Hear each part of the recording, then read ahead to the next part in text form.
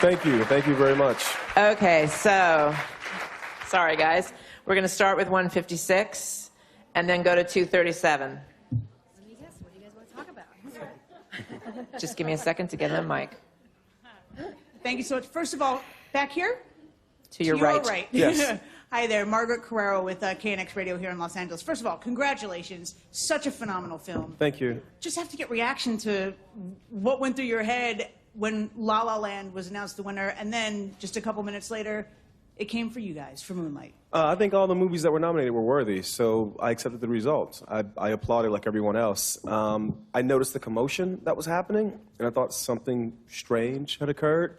And then I'm sure everybody saw my face, but I was speechless when the result was altered, because I've watched the Academy Awards. I've never seen that happen before.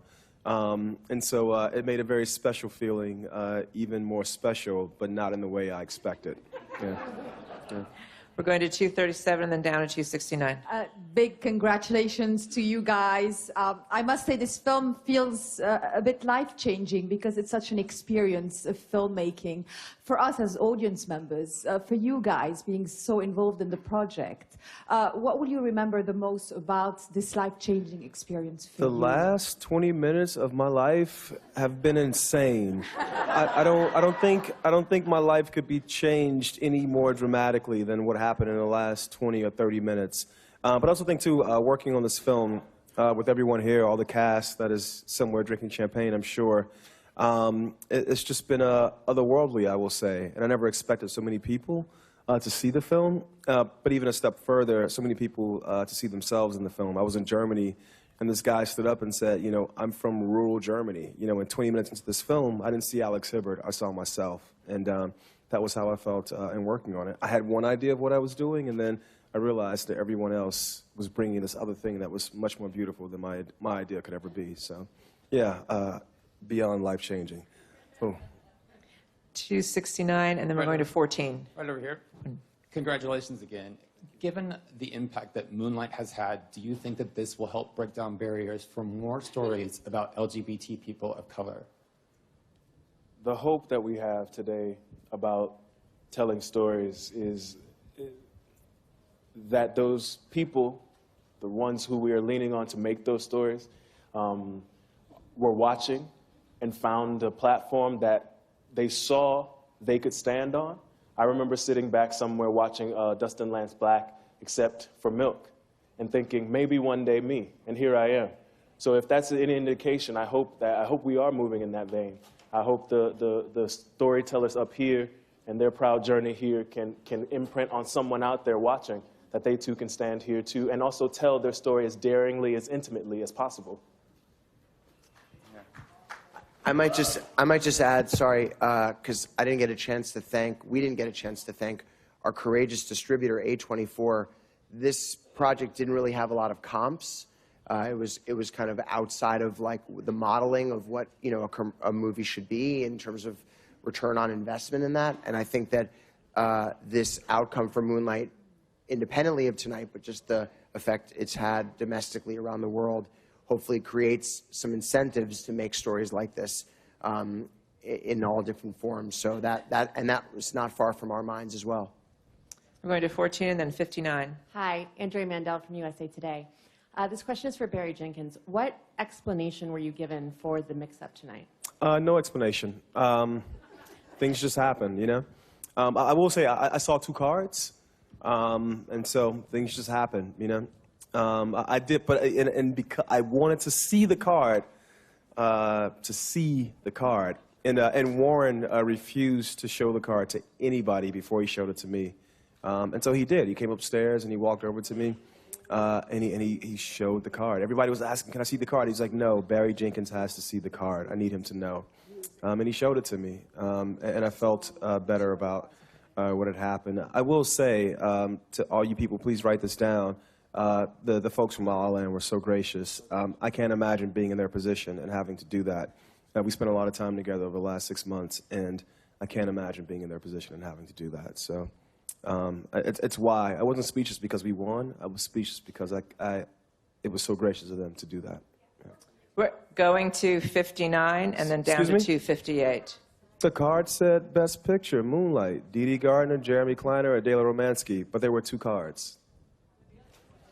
Okay, guys, let's we're, do this. We're moving on. We're moving on. We're moving on. We're moving on. No. 59, and then we'll come down to 258. I Please shouldn't have don't said ask. that. I know we have a lot of questions, but we still have a lot of people waiting. And please let me just call the numbers. So 59, 258. Hi, guys. Back here. Congratulations, by the way. And did you all have speeches prepared for Best Picture? And if so, what were you going to say? Yeah, we might have had a couple ideas, but I think the way that what went down, we kind of had to roll with it, and I feel good about. I feel good about what was said, though I have to admit it was a bit of a fugue state, and I don't know that I remember it. Yeah. We didn't thank people that we probably should have thanked. Yeah, I absolutely wanted to thank A24 1,000 times because when I first set out to make this film with Adela, there was a budget that we had, and you guys know what the budget is now. It was 1.5. The budget we were offered before that was much, much smaller. And without us asking, they increased that budget because they believed in the project. And they never told us to alter anything in that process. So my whole acceptance speech was going to be in thanks to them because it's amazing to be Barry Jenkins right now, but it was not a year and a half ago for a guy who made a movie for $13,000 that hadn't made a movie in 7 years at that point. So I was going to give as much love to them as I possibly could with my time on the mic. And it's unfortunate that things happened the way they did, but hot damn, we won Best Picture. So we're going to hold on one second, 258, and then we need to wrap it up with number 5 in the back. Hi, anyone can answer this, but I know, Barry, for you, this has been a long time coming, and it's been a long journey for you. And I think, ironically, the story or the themes told in La La Land could apply to you as well. And I wanted to know, like, what are your feelings toward Los Angeles and this city and the people in it? I love LA. How could I not right now? You know, I'll speak about La La Land. You know, when I saw Justin at Telluride, I told him that I hadn't been home in about 2 months, and I can see my apartment in the background of the opening shot of that film. And I was nostalgic for LA, which is a crazy feeling for a guy from Miami who's always had a hard time in LA. But you're right, this is the fulfillment of a lot of things. And I also would have thanked Darnell Martin, who gave me my first job in this city. You know, she took Chiron and said, hey, come be my assistant and learn everything I have to teach you. So a lot of things have come full circle right now. This circle is much bigger than I ever could have imagined for myself or for this film. But it feels good, man. You know, and I guess anything's possible because most of the voters who voted us Best Picture, they reside here in Los Angeles, and yet they voted a film about a marginalized character from a marginalized community told in a very unorthodox way into Best Picture. So God bless LA. And we're going to wrap it up with number 5 in the back. How you doing? I'm doing good. I know you are. Congratulations. Denai Morari, BET. It's a two-parter. First off, why do you think that this story resonated so deeply with audiences? And secondly, how do you think that winning this Oscar is going to change your life or your career? I mean, my career, that part's pretty clear. You know, I write an email, somebody's going to reply at this point. Or I make a phone call, somebody's going to call back. So that part is cool.